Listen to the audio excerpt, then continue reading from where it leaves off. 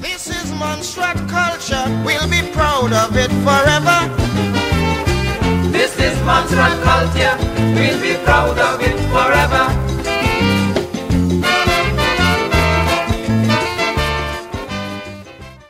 This is my Montserrat Stratian Voices, and our voice today is Dr. George Irish. Welcome to my Montserrat, Dr. Irish. How are you? Fine, thank you, Wayne.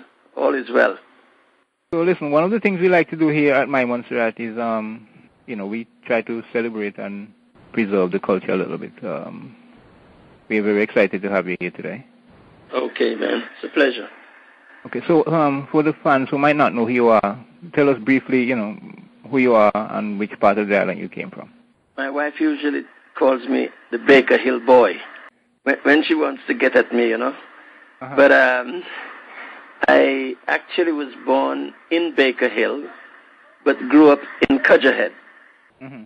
And we're talking about 200 yards distance, because nothing in Montserrat is very distant.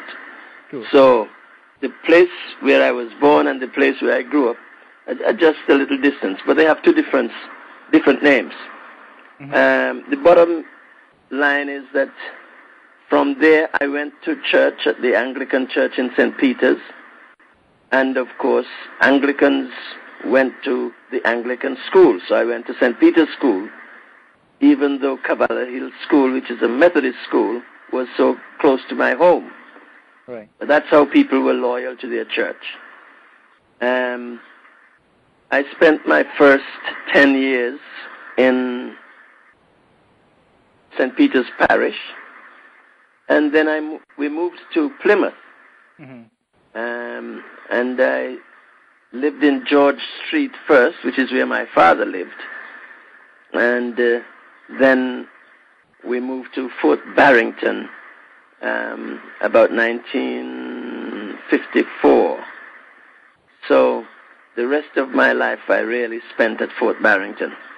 That's where I remember you from. Yeah, okay. Yes. So what was your father's name? Jim Irish. And your mother was? Mary. Sorry, that's my grandmother. I always... My mother was Elizabeth Sweeney. So tell us a little bit about what it was like growing up in Montserrat. Wayne, I think it's the most exciting part of my life. Just being born in the north where they had plenty mangoes and all kinds of sugar apples and soursops and guavas, and where you didn't have to feel hungry, because when the mango season was out, then the breadfruit season came in. So we always had something to eat. I tell people all the time, I never understood the concept of poverty until I became an adult, a grown man. And I traveled around and saw how people lived in poverty, because I didn't know that I was poor. Although we didn't own anything, we didn't have anything, we didn't have any bank account. Right. I didn't know I was poor. And even though people used to say that the big shots lived in town, mm-hmm. Well, I didn't know them, so I didn't bother about them. I lived my life as a country boy and enjoyed it. Right. So I was a very excited youth growing up. And when I moved to Plymouth, I met guys like Bill James and Dolly and Spencer and what's the guy across they used to go to the Church of God. My goodness, I can't remember his name, but there was a little group of young men, young boys. Right. Horsey White, Franklin Harney, Willie Harney, mm-hmm. and so on. And we formed a very interesting bond through the church, first of all, and then through high school. Mm-hmm. And so growing up as a teenager was another exciting phase of my life. I loved school, I loved church, I loved sports, I loved particularly athletics. And so I just jumped into everything that there was to enjoy. And the love of my life, of course, is music. And So I started playing music early, the guitar, then the ukulele, and then the accordion and the piano. And I can tell anybody that I lived a full life as a young person. I get a little concerned when I see the generation now saying they're bored and they're angry. Right. I really can't remember being angry against society, family, rebelling against my parents and so on. We had our little disagreements, but believe me, life was so exciting, and we as young people were so supportive of one another that there wasn't time to get depressed or any of those moods. No, it's not. I can't remember ever being bored once, ever. That's right. So, you said I know you like music. You grew up. Who were some of the people that inspired you to get into music? There were a lot of old people who used to love to play music. I mean, Charles Mulcahy was down the street there. I don't know if you... That's right. And J.D. Lewis. There was a man, Taylor, who played a wicked guitar. Joe Taylor. And Louis Dyte on the banjo. I mean, there were a lot of good musicians around, but the real one that inspired me was my father. He was an excellent guitarist and singer. In fact, the first time they opened Radio Montserrat, he was the first male soloist to perform on Radio Montserrat. He had a Saturday afternoon program. There was a man named Frank DeLille who lived out in Alveston, who started the radio station. And he invited my father to do a radio program every Saturday afternoon around 3, 4 o'clock. So my music really started from hearing him sing and play and being a performer generally. He was a born entertainer. So, and then in church, because of my fascination with music, I became the church musician early.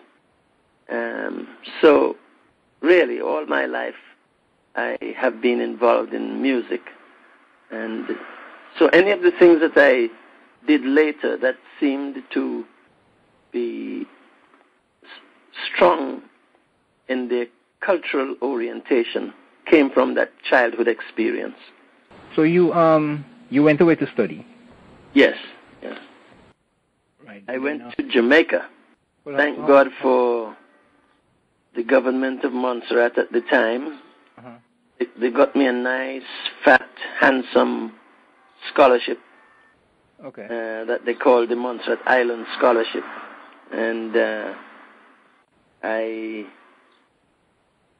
did my first degree in Jamaica in foreign languages, modern languages, Spanish and French.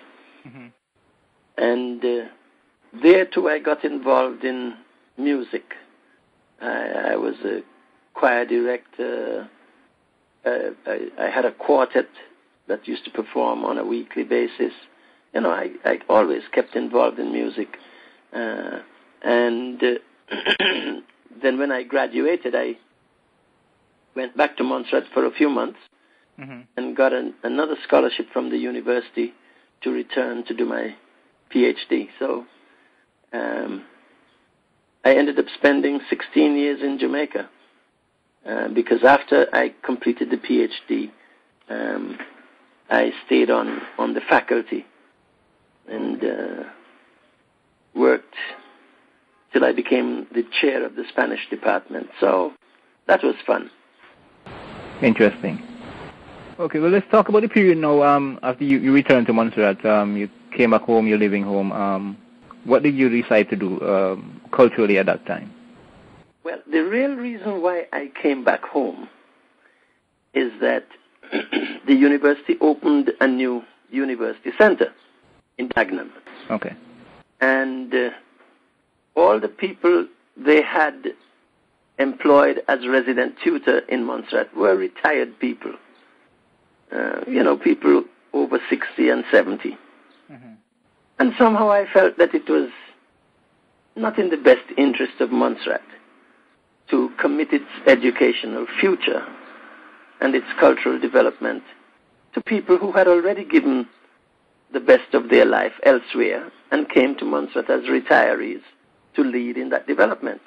Right. So I went to the university and I said, I know that I'm a full-time faculty person here in Jamaica, but is there a way that I can get secondment? I can be released from the university without losing my position. It's like taking a 3-year vacation. Okay. And they said, sure. Some of the people there didn't encourage me to do it because they thought that it was not a wise plan for a budding academic to leave and go out to go sing songs and organize extramural programs and so on. That's a step back as far as they're concerned. As far as they were concerned. Okay. But to be honest with you, I thought it was a step forward because I saw the opportunity to go back home and do the things, not only that I enjoyed, but the things that I think could make a difference in how people in Montserrat viewed their own culture. Right. So I went back. There are two other things that happened at the same time. One is that the government of Montserrat changed when old Mr. Willie Bramble was voted out, and his son, Austin Bramble, along with John Osborne and Mary Tewitt, and that group took over the government. And these were all young people because Austin and John and Mary, and they were in their 30s. I was in my late 20s. Right. But I said, but here is a group of young people. Get together. We can do something about shaping the future of Montserrat. So I shared it with Austin and Mary and John, and I said, listen, I'm asking the university to release me for 3 years so that I can come home and support you guys in what you're doing for Montserrat. And I think that was a critical decision for Montserrat because other interesting things happened.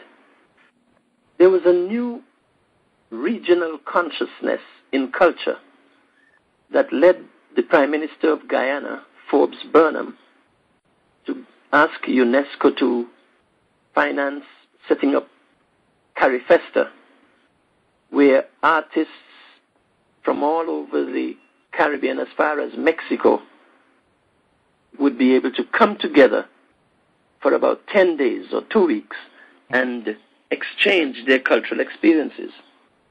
So all these things were happening, and fortunately, the people in Montserrat responded very positively to what I was suggesting.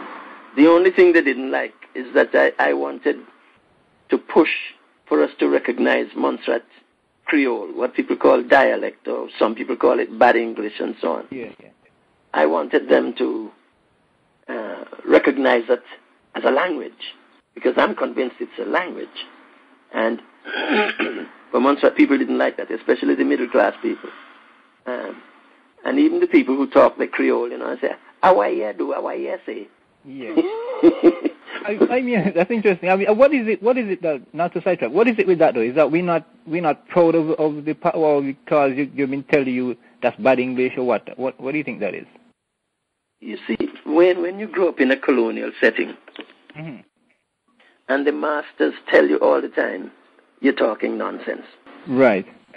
And if you really want to be respected, you must speak the Queen's English. It puts people into an inferiority complex. And it's not just a Montserrat phenomenon. This is worldwide.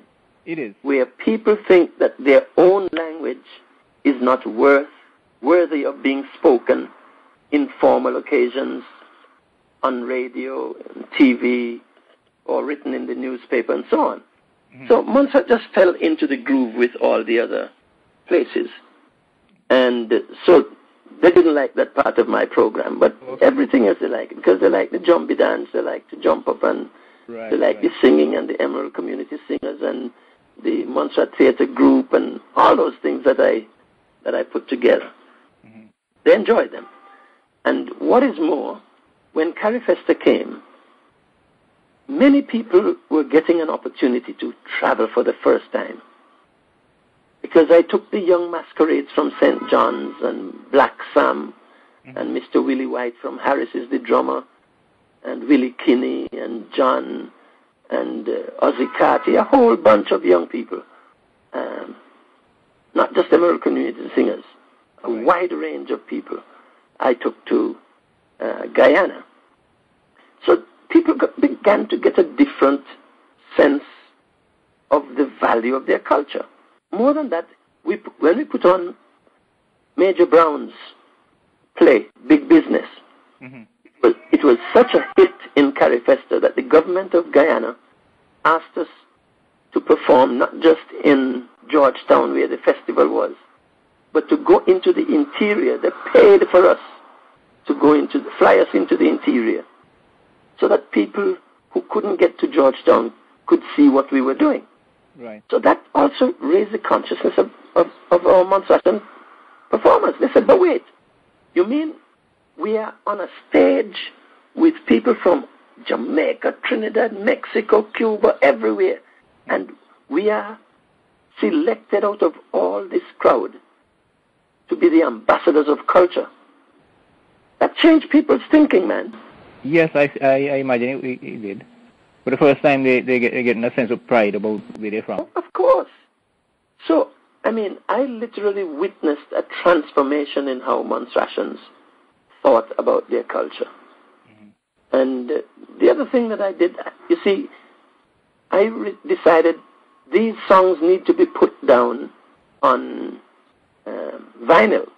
Right. So we cut records so that they could last. Even when we die, when we pass on, right, the music is already recorded. And then we had a gentleman at Radio Montserrat named Wilsey White. Many people don't give him all the credit that he deserves. I'll say that before in interviews with people. Wilsey was a legend and a man way ahead of his time.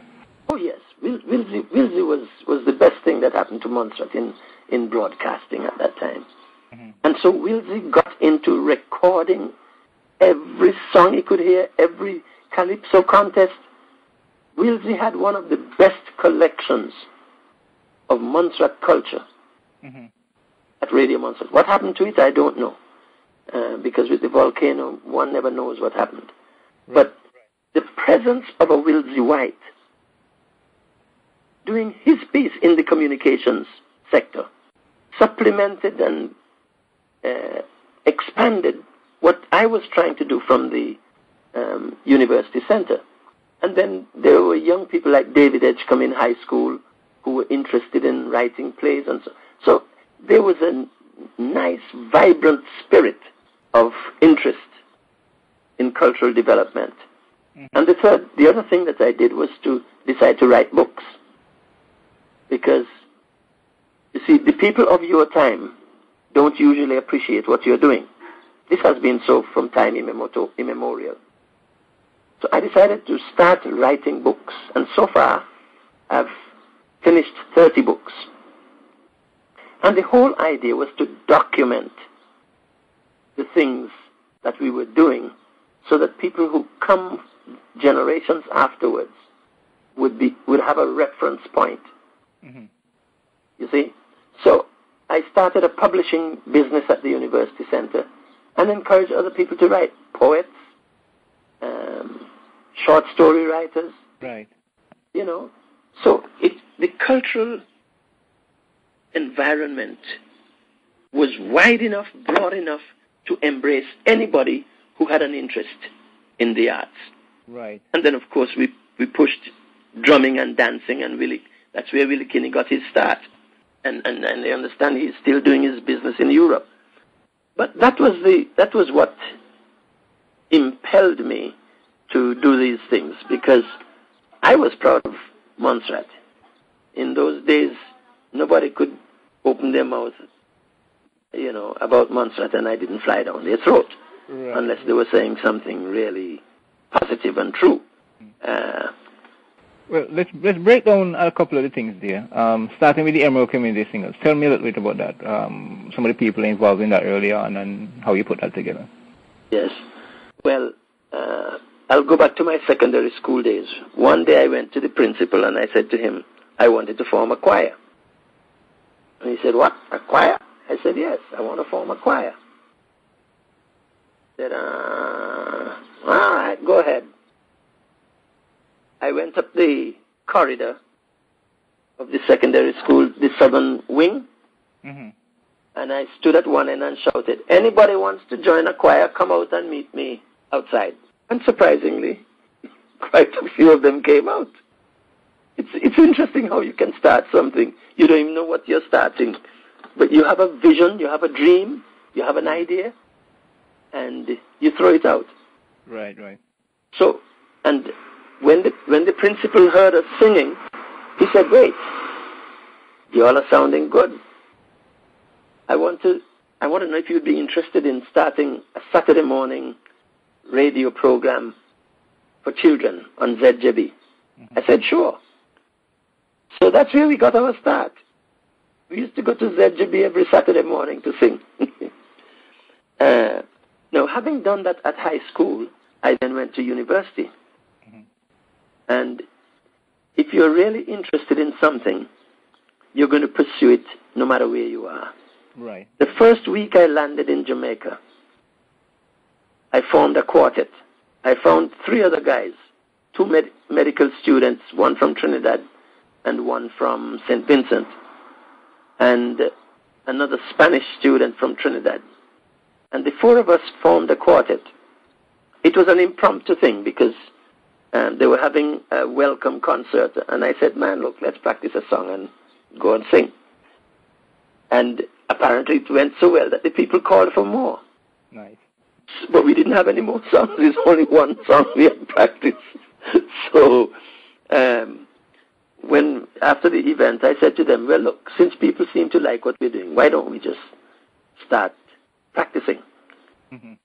And it became what they call the famous Taylor Hall Quartet. And then I joined the University Singers, which had a high reputation. So having involved myself in music to that level at university, when I came back to Montserrat, I simply continued what I started in high school. Right. I called a few of the girls who had been in the high school choir, and I said, what do you all think? Because I arrived there in August, and I started the Emerald Community Singers on the 15th of September, less than a month after I arrived in Montserrat. And I simply went to those people who had been in the choir with me in high school and said, how would you like us to get back together and form a choir, a community choir? And they said, sure. And that's how it started. And those people, Vera Roach was there, Nan Hickson, Vili, Florence Skerritt, Edith Allen Bellot. She joined us, and other people like Teacher Dorothy Greenaway, Jean Hodge, Carey Thompson. These were the new ones. Dr. Philip Bailey. Buffon, Dr. Buffon was in this high school choir, so he just came right back in. And that's how it started. And we practiced for 3 months, from the 15th of September till the 15th of December. And we did our first Christmas concert around the 15th of December. Remember where it was? Shamrock Theatre. Yes. That's where I saw you guys first. And it went over well. So from there we went on. I then formed the Ayogana Festival in May, June of 1972. And the rest is history.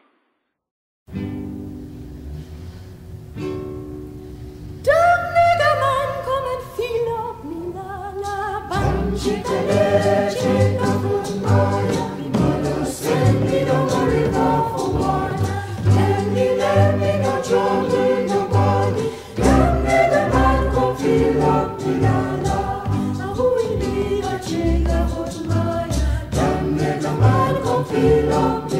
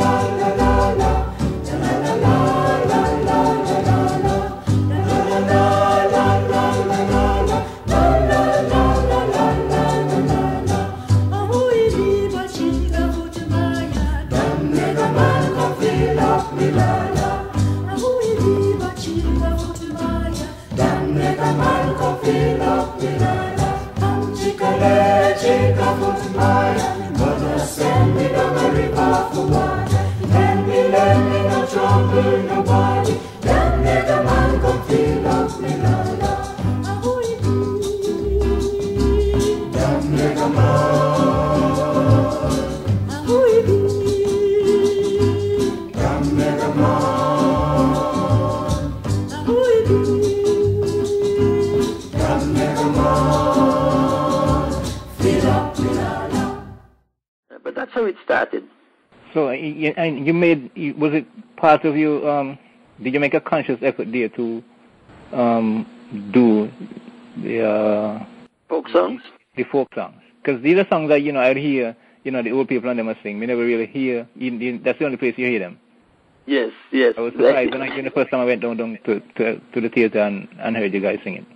Yeah, that was my intention, because there was one other thing I should have said earlier. Mm-hmm. Around that time, there was a great Afrocentric consciousness. This is the early consciousness. Mid to the early 70s? Yes, it was the time of the Black Power movement and the nationalist movements, and everybody was being proud of their own country and their own culture. And so that was part of my intention, to get us to see that the things that our old people used to sing are things that we can take up, polish up, and put on a stage. Right. And not just think that you have to do them only in a jumbie dance. You can do them for the world, Right. So it was a conscious effort to promote what was ours. And if you know anything about me, Wayne, you know I'm very anti-colonialist. I am no friend of colonialism.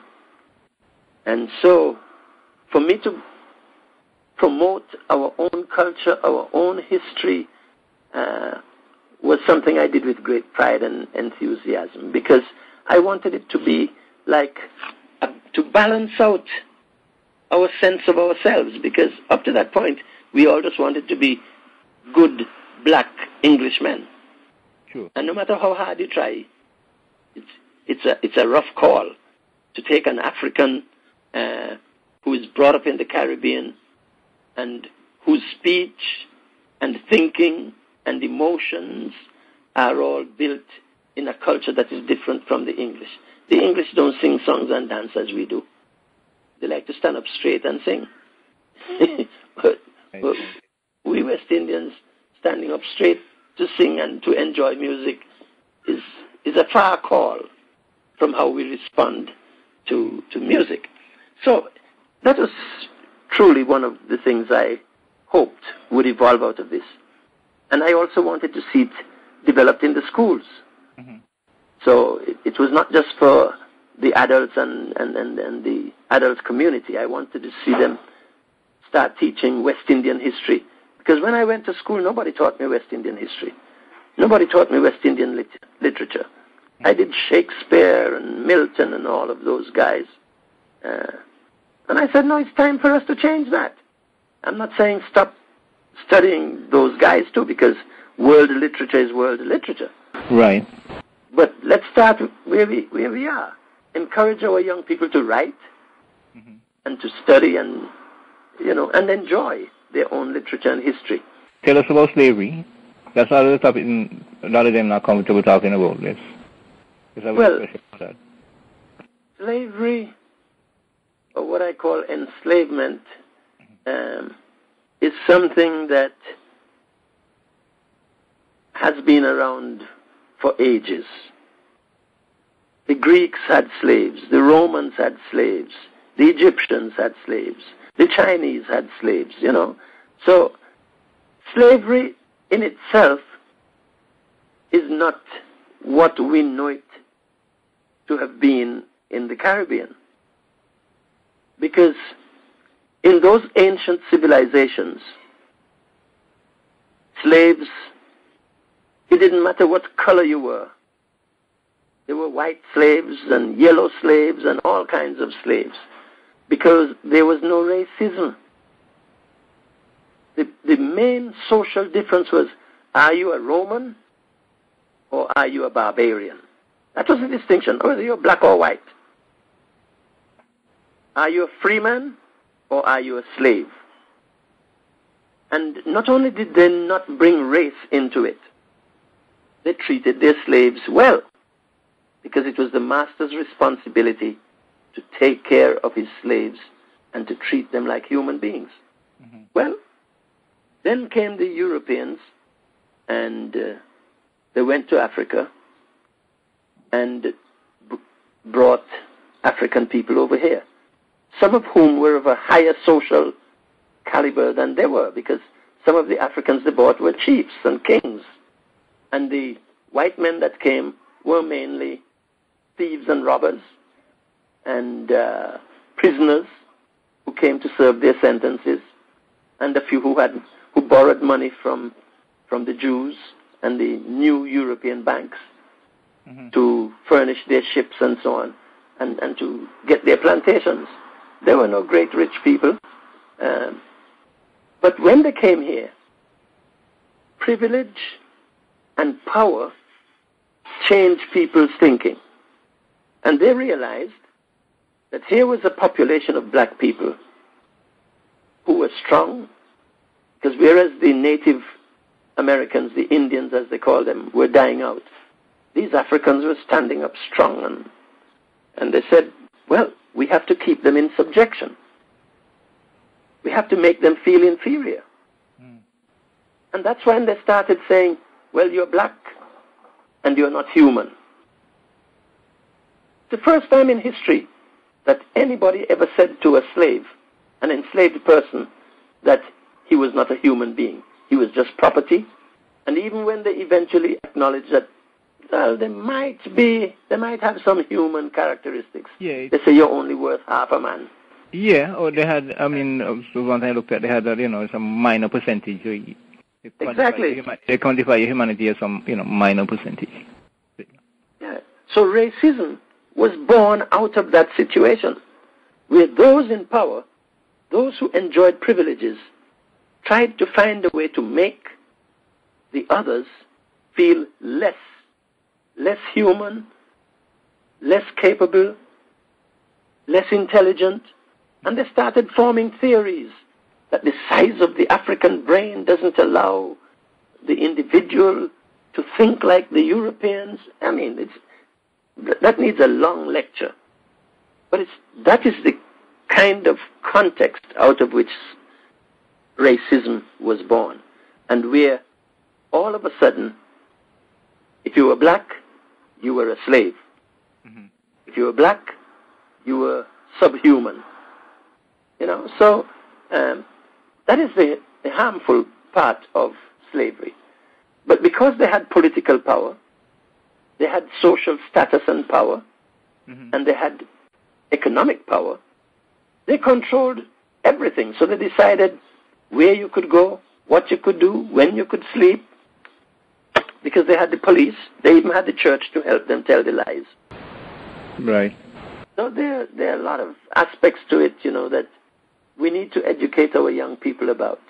Right. And I remember in Montserrat, during that same period, there was a teacher at MSS named Joy Nanton. She and Edith Allen and another teacher named Mary Griffin, a white teacher, the daughter of Dr. Norman Griffin.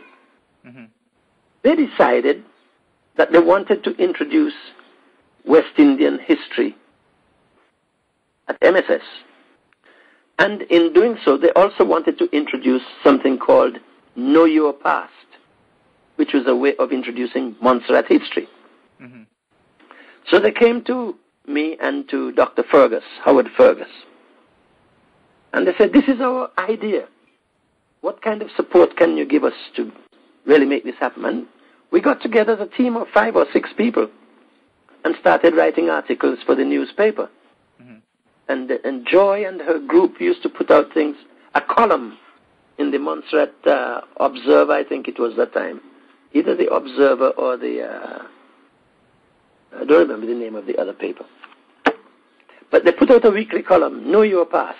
And every week they would put out something on some person, some event, some aspect of the culture, promoting Montserratian, Caribbean, and African culture. And believe me, the politicians got mad. This is the interesting. The people you all vote as your leaders, they got angry. They are corrupting the Montserrat Secondary School. And the government money is paying their salaries.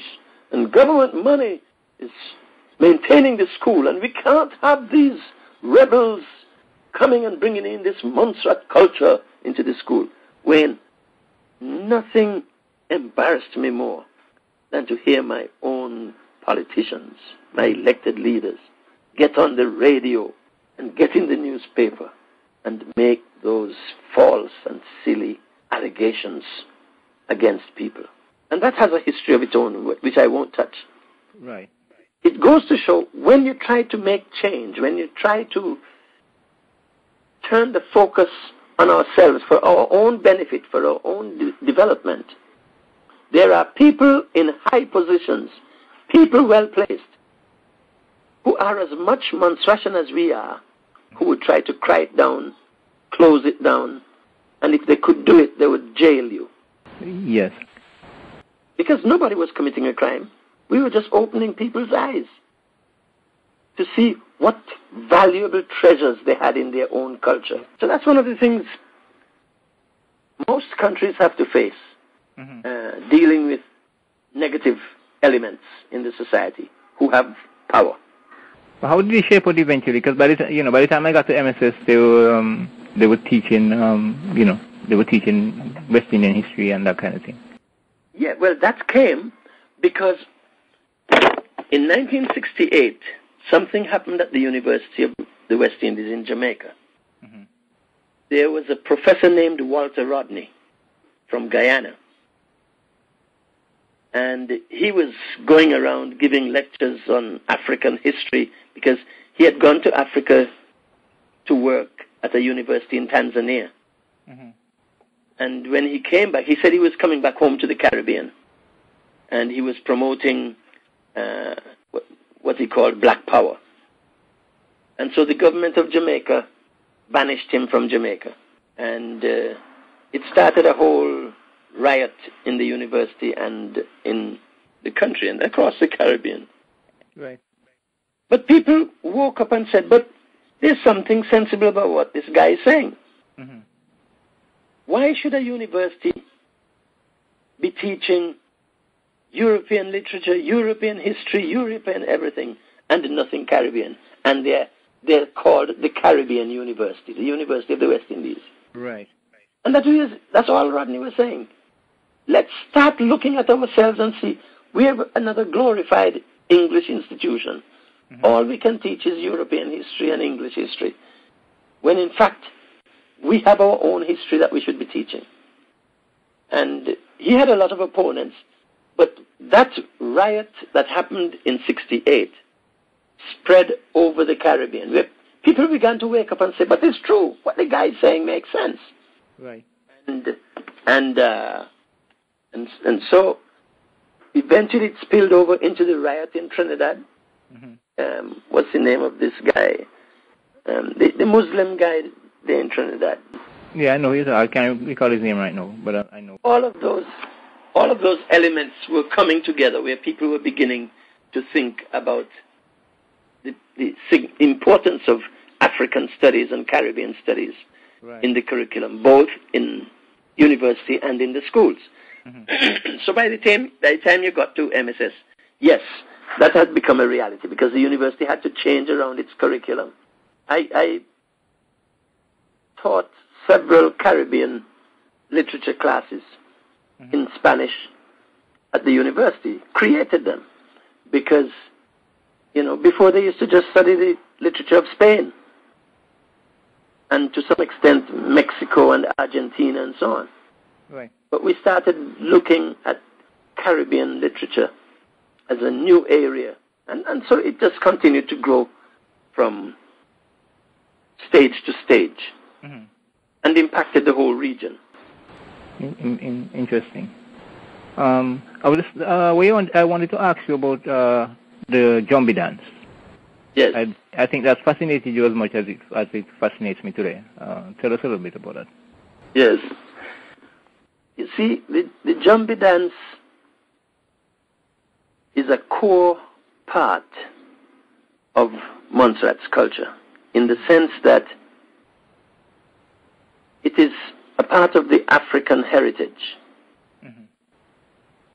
What you'd see, the dances, the quadrilles and so on that they do are what our people learned from the English people because they came with their quadrilles and used to dance them all over the place. But the African inside us made us put new steps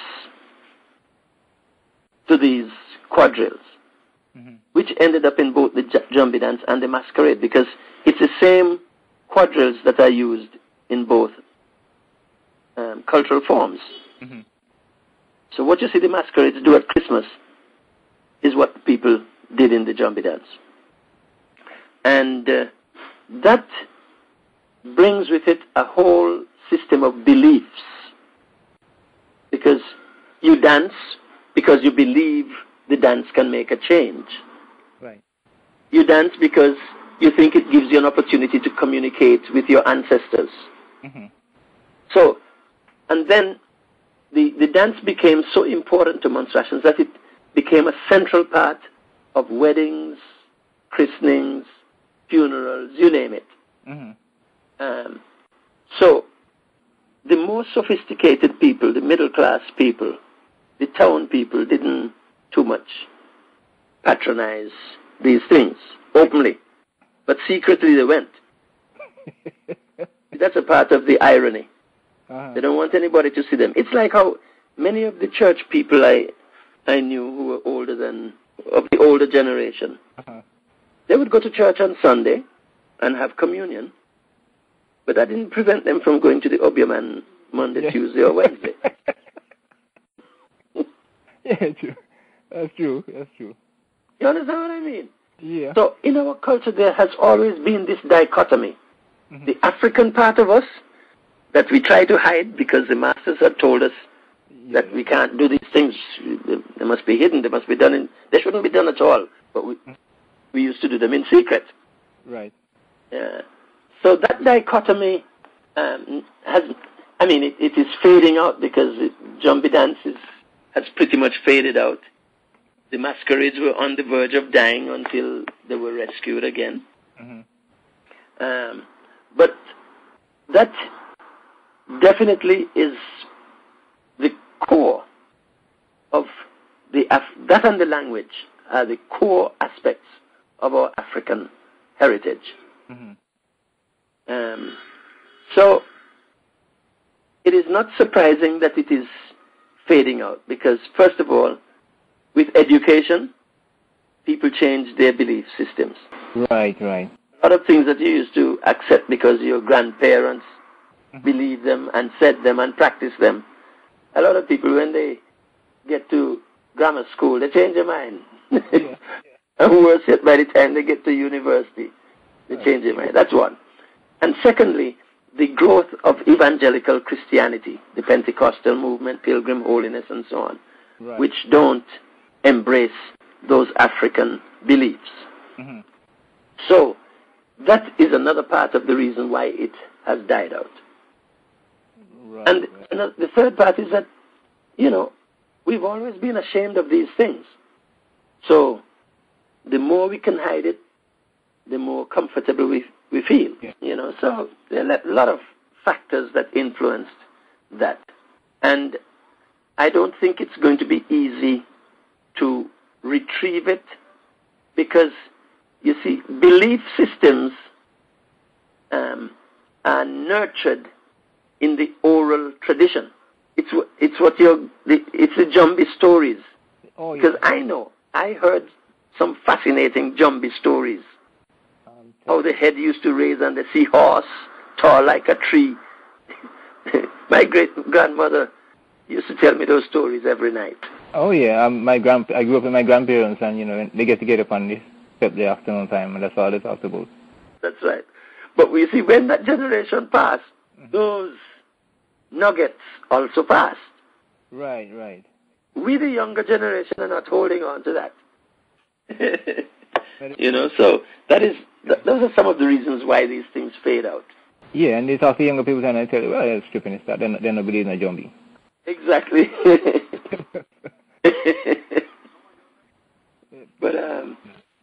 But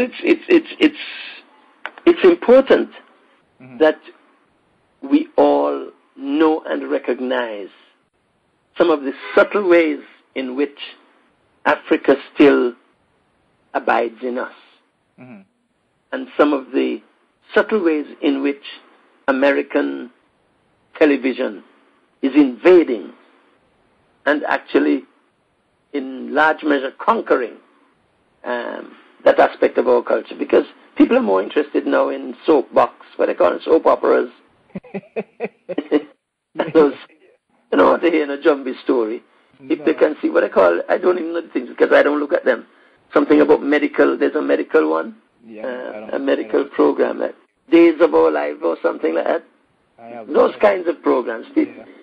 People put down their work to go and sit down and look at these things. And so the new culture, the international one world culture is rapidly phasing out the traditional aspect of our culture. And the thing, and the older generation is passing on. I mean, every year more and more of them go, and nobody's picking up the slack. That's right. I wish I could have recorded some of the things that I heard growing up. That's right. That's right. In fact, there was a time when I was in Montserrat in the 70s, when I went on radio and asked people to do certain things, because I started a book on Montserrat folk tales, folk music. A lot of the music that we did in Emerald Community Singers, I went around from village to village, recording them. So I have a lot of tapes at Fort Barrington in that ash-covered house. I believe by now they may be deteriorating, but I had a very fine collection. But that was part of what we needed to do, record as much as we could get. I asked them to folk remedies, for example. And from now that I see on the internet, they're telling us how soursop bush is good for cancer. Yeah. And all these other things that we used to use naturally. And abandon them because they bring in what they call it, Milo and corn flakes. Yeah. And so we abandoned our bush tea. By the time you came around to your kids, they don't want to drink no bush tea. Exactly. But look how the world is strange and moves in cycles. But they will go in the supermarket and buy all these herbal teas. Same old things we used to drink back home. Yeah. In natural form. They'll go and buy them and put these little sachets in the cup of tea and enjoy a tea because it comes from a supermarket. But they can't break off 2 leaves and go and make a cup of tea and feel that is satisfying. We have a lot of teaching to do. It's a pity that my tour of duty was short, because my vision, Wayne, was a big time vision. Tell you the truth, I didn't see what I was doing as something for today. I knew to take time to convince people that these things have merit. But look at what I was doing about the language, for example, what people call the patois. That it's wrong to talk real monstration. They say it ain't right grammatically. They can't find them words in no dictionary. Calling it bad language, despising we heritage. But don't care if they call we foolish. This is Montserrat English. Emily, why you yet there? That's what me just say. They come up and gimme. That's the Montserrat way. Come on, sister, fetch me the poke. 1 p.m. and me belly is so. This is Montserrat culture. We'll be proud of it forever. This is Montserrat culture. We'll be proud of it forever. Now, Jamaica is working to formalize their patois as an official language. The government hasn't done it yet, but the university now has everything, the grammar and everything well laid out, and they're using it to teach in the schools. So in some Jamaican schools, they're getting bilingual instruction, English and Jamaican. St. Lucia has done it. Dominica has done it. So that many of our countries are recognizing the value of the two languages. They're not saying stop teaching English. They're saying teach both. Right. In Curacao, they do the same thing with Dutch and Papiamento. You know? So, Curacao and Aruba. And that is where my head was. I wanted to see the Montserrat language formalized and recognized and officially incorporated in the education system. But that's one of my dreams not fulfilled. That's something we haven't done. I don't think Montserrat as a whole, I mean, at least they didn't have this, you know, this strong sense of pride about the language. I mean, for instance, I noticed is how quickly Montserratians will pick up other languages, not other forms of the Patwa thing. So if they go Antigua, and in a half an hour they're on, you know. Yes, that's right. Me no Jack. Half an hour, you can't tell. Akuya Jack. Yeah. They're embarrassed to speak Montserrat. Yes. Anyway, they're going to pick that up right off the bat. But I must tell you, Wayne, what you're doing here is a vital contribution to our people's awareness of the treasures that they have in their hands. And I encourage you to continue to do it, to expand it, and, you know, especially with the young artists coming up, there's a lot of scope for creativity, right, and national pride. So you guys keep up the good work, man. Yeah, thanks. We intend to do that. Now, let me ask you, where can we get a hold of some of your books? First, you can email me and order them. Some of them are going out of print now, so but I have some of all of them.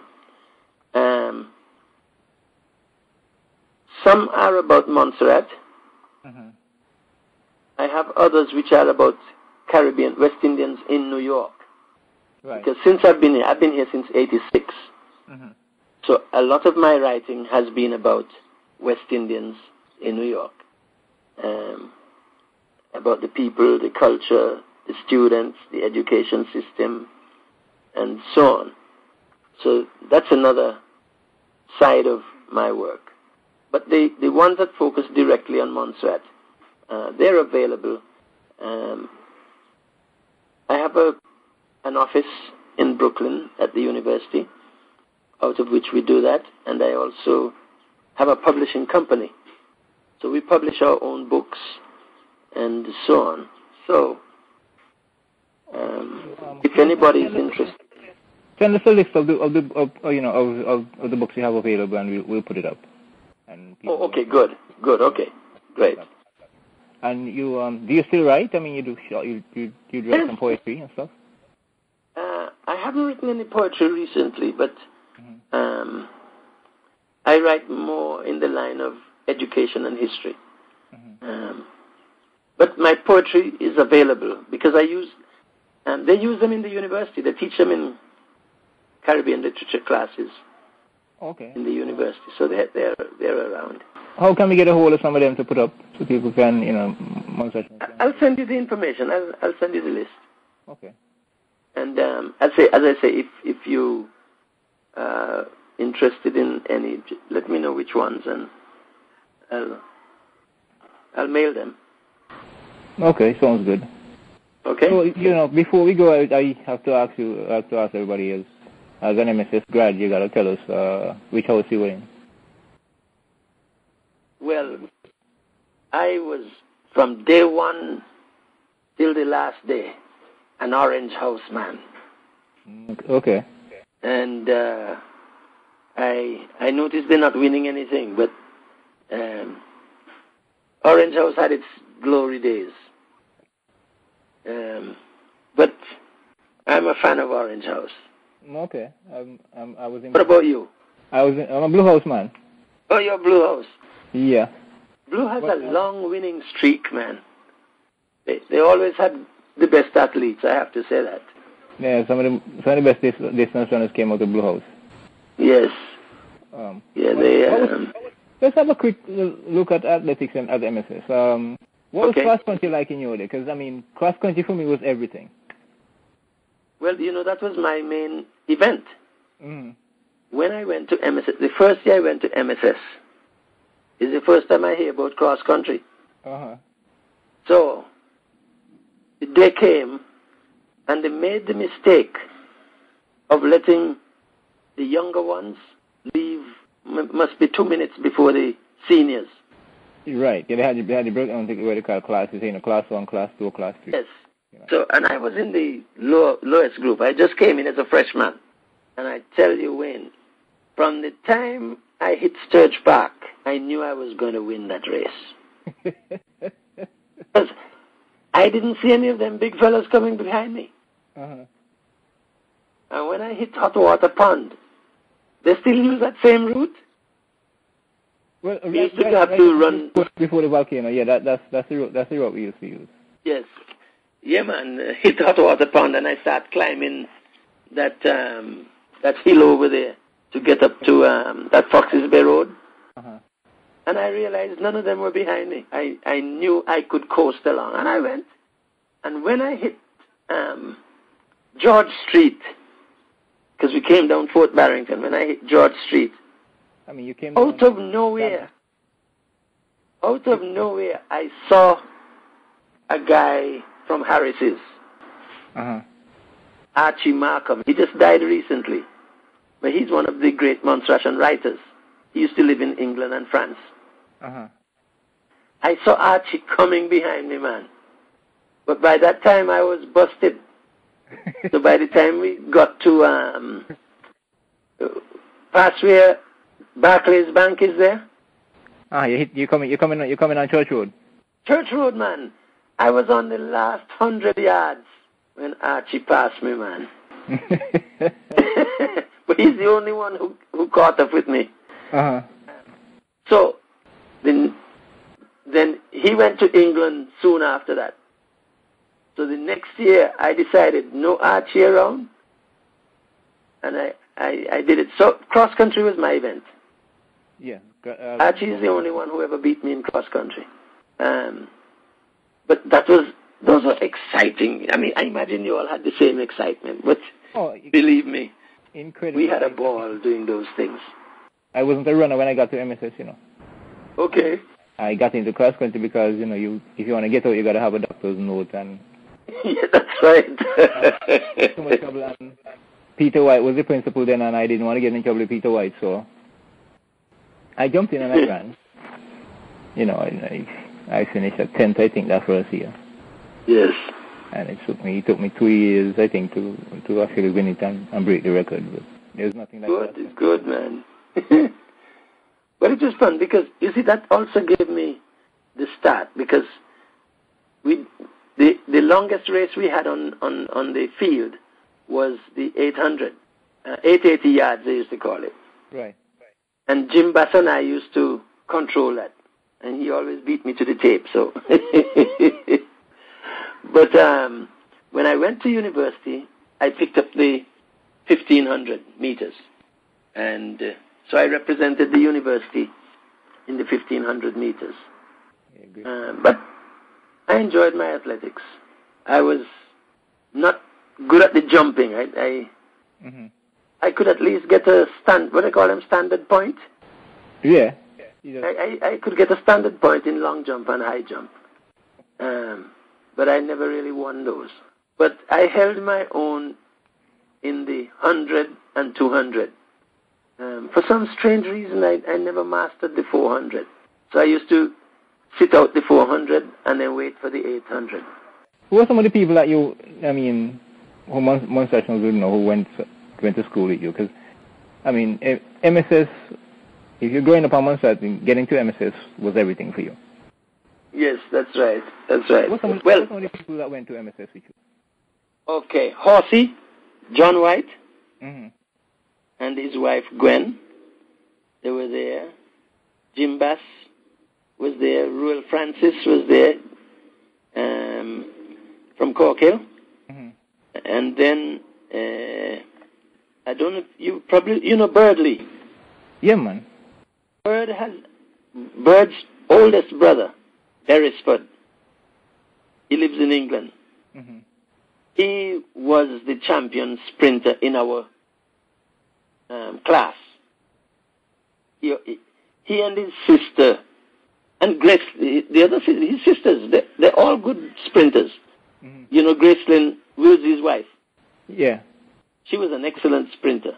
She taught me history in school. Yes, she was good. And the older sister, Concy, and Beresford, they really controlled the sprints. There was a guy in Antigua who's a doctor now, Tommy Greenaway, from Cudgerhead. Later, when we were in like 5th and 6th form, when we used to go to the inter-island sports, to St. Kitts and Nevis and so on, right. He was our champion sprinter.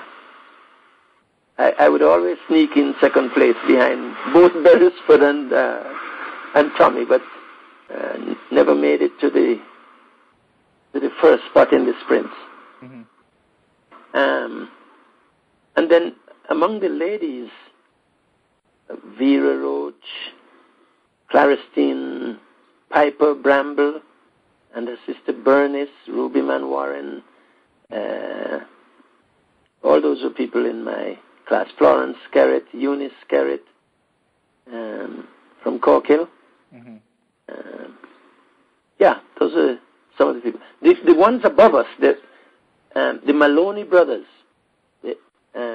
Tony and Lloyd, and there was another one, Franklin Edwards. Uh-huh. They were the stronger athletes in the group above us. One thing I remember is cricket. I was always an ambitious cricketer, mm-hmm. and always hoped to become a fast bowler. I had all the antics, but I never had the real speed to scare anybody. But my favorite position on the cricket team was to bat as 11th position. And I would go and at least I would try to hit 2 balls, 1 for a single and 1 for a 4. Yeah, so my score was usually 5. But listen, Wayne, you'd not imagine how excited I was to go out there and make my 5 runs. The key thing was not to come back out with a knot. Right. But, you know, and I played soccer too. I was the right wing for the soccer team. But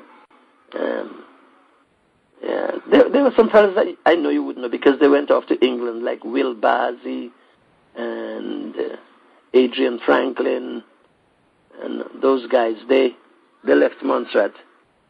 Even Beresford Lee, he went to England to the army and so on. He's Lionel Nanton's nephew. Oh, okay. So in terms of education, though, what do you think? What did MSS mean to us as a people? Well, as you rightly said, MSS was a privileged institution. Poor people only got to MSS if they got a scholarship. And in those days, there were only 3 scholarships. So the competition was fierce. You see, the businessmen in town could afford to pay the $20 or whatever it was to send their children to MSS. Mm-hmm. Most of the agricultural workers from the country and Kinsale and Amersham and so on couldn't raise $20 to pay school fees. It was rough in those days. And, you know, $20 was a fortune because, remember, those were the days of the halfpenny and the penny and the 3p and 6p. Yeah, man. And so on. So I remember when I got 3p, I felt like a king. Yeah, you got money. How you mean, man? So most of us would never have gotten to MSS if we didn't get a scholarship. And people like me and Dolly went to MSS through what we call the back door, because in 1955, the government decided that there were some bright children who were not getting a chance to go into MSS. So they persuaded the English government to finance a new wing of the secondary school. That's where the assembly hall is. And they brought in 60 of us from the country mainly. And a few from Kingston. I remember Nana. You remember Nana? Who live up above you there? Yeah. In Emmersgut? Nana, I remember Nana was one of the first people I saw at MSS. And about 60 of us would give him a chance to go in. And but the intention was not to teach us math and Spanish and French and Latin and history and those things. The idea was to teach us agriculture, carpentry, art, and something else. It was a way of keeping us from going on the street, but not to be academics. But they made the mistake of teaching. They were introducing Spanish for the first time. Major Brown had just come back from university, and he was going to teach Spanish. So they said, since they were all beginners and his teaching load could not be just second form. Right. So they put second form with us. They put us with second form. Let me put it that way, because the Spanish was really for the second formers. And they put us, the 60 of us from senior school, to do Spanish with the second formers. And they said, they didn't teach us history. They said they would give us mathematics. Because they said you'd need mathematics if you wanted to be a farmer, if you wanted to be a carpenter, you have to know how to measure the angles and so on. So, fine, so they gave us mathematics. The shock of their life was that those of us from the senior school whipped those second formers so badly that they started to say, but wait, something is wrong. These people over here are supposed to be the farmers, but they're beating everybody in Spanish and mathematics, the subjects that they had in common. And the principal said that may be a fluke. So they didn't do about it. They waited for the second year. So we spent 2 years in senior school. And the next year we whipped them worse, because this time it was second and third form. Right. And nobody in the grammar school section scored the marks that we scored in the senior school. So they went to the government and said, we have to do something, because there's some students over here who are 10 times brighter than those in the grammar school. And the government decided to give 3 of us a scholarship to transfer to the grammar school. And the first 3 were Dr. Vernon Buffon, Edna Kernan, the lady who used to work in the civil service, lady from St. John's, light-skinned lady, and myself. And they put us over in the grammar school that year. And instead of putting us in 4th form, they put us back 1 year into 3rd form. So that's 3 years we wasted, literally. And the rest is history, because the ones that went on to university first were people like Buffa and myself. And then the next year after us, the 3 people that sent over were Dr. Lanville Daly from Salem. He's a specialist in gynecology in Canada, in Toronto. He went over the second year, along with Buffon's brother, Norman Buffon. And there was a guy named Claude Fleming from Salem. Bright guy. And so that set a whole new trend because they were seeing that even though they had not had any great expectations of us, that once we were given the opportunity, we were coming out on top. So I tell you that part of the story because that whole MSS class thing has a history. I remember when they gave us a transfer to grammar school, they said, but we can't give you a full scholarship. You still have to pay this sports fee. So my poor grandmother had to get $14.50 every term. And Wayne, believe me, that was hard. Yeah, I can imagine, man. Raising $14.50. But all of that worked to our good because it taught the administrators a lesson. Don't write off anybody. Right. You know, and give everybody an opportunity. So that's why when Austin came into power, he abolished the whole scholarship thing and said everybody must have secondary education.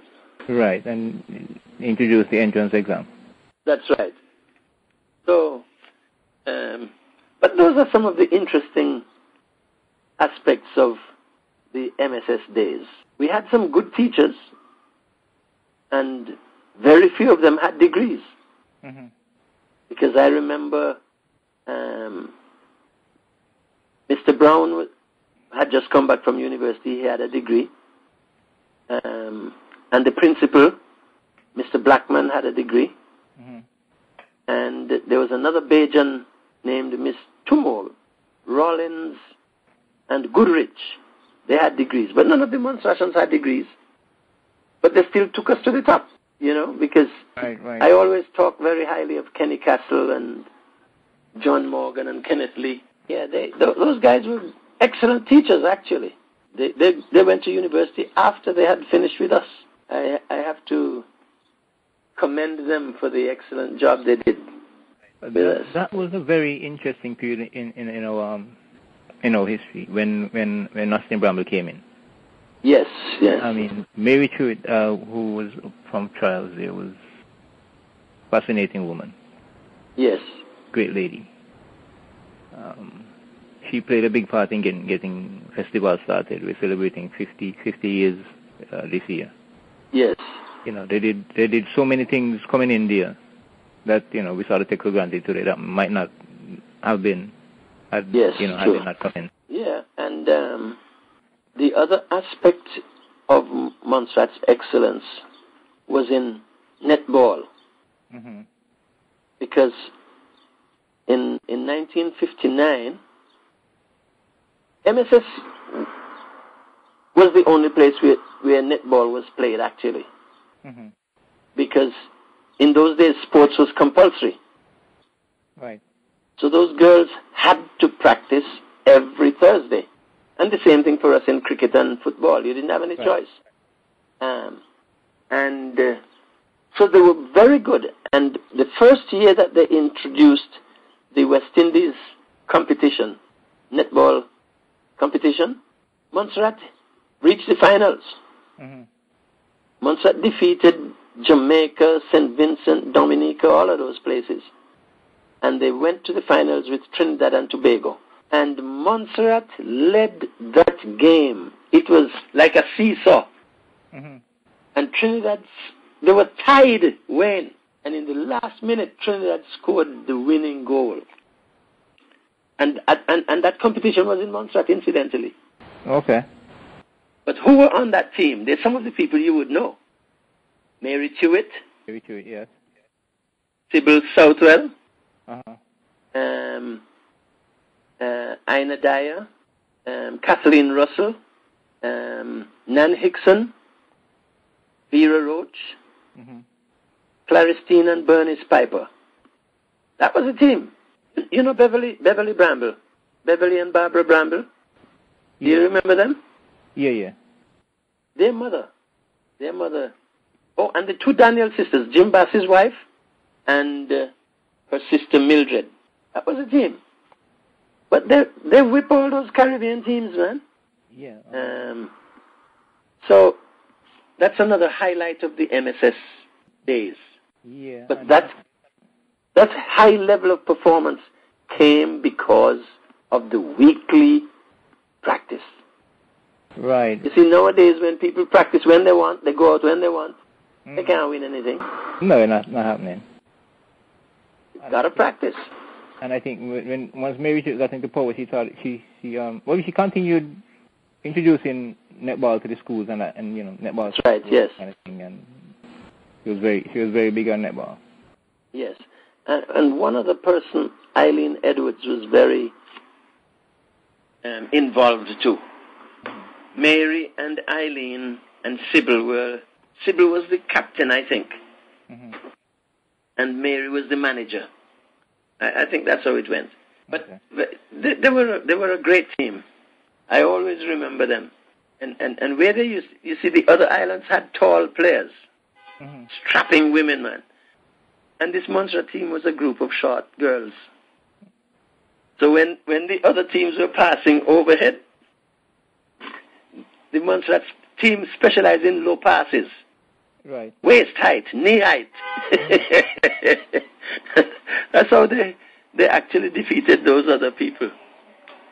It was fun. I look back at those days with great thrills, So, Dr. Irish, listen, thanks for coming to my Montserrat. We'd love to stay in touch with you. Yes, you have my email and my phone number, so anytime, give me a shout. Let me just wrap this up. Run the dial, run. Try and see if you can get home. Make you darling to understand that you have caused a right wrong. Run the dial, run. Try and see if you can get home. Make you darling to understand that you have caused a right wrong. One Saturday afternoon in June, when I was in town and he was round, he was warming up very soon. He big drum and said he won. Run the dial, run. Try and see if you can get home. Make you darling to understand that you have caused a right wrong. When behind the brazen wall, and dial heard his name was called. When he answered, Who is that? Nancy said he's so not flat. Run the dial, run. Try and see if you can get home. Make you darling to understand that you have caused a right wrong. Run the dial, run. Run the dial, run. Run the dial,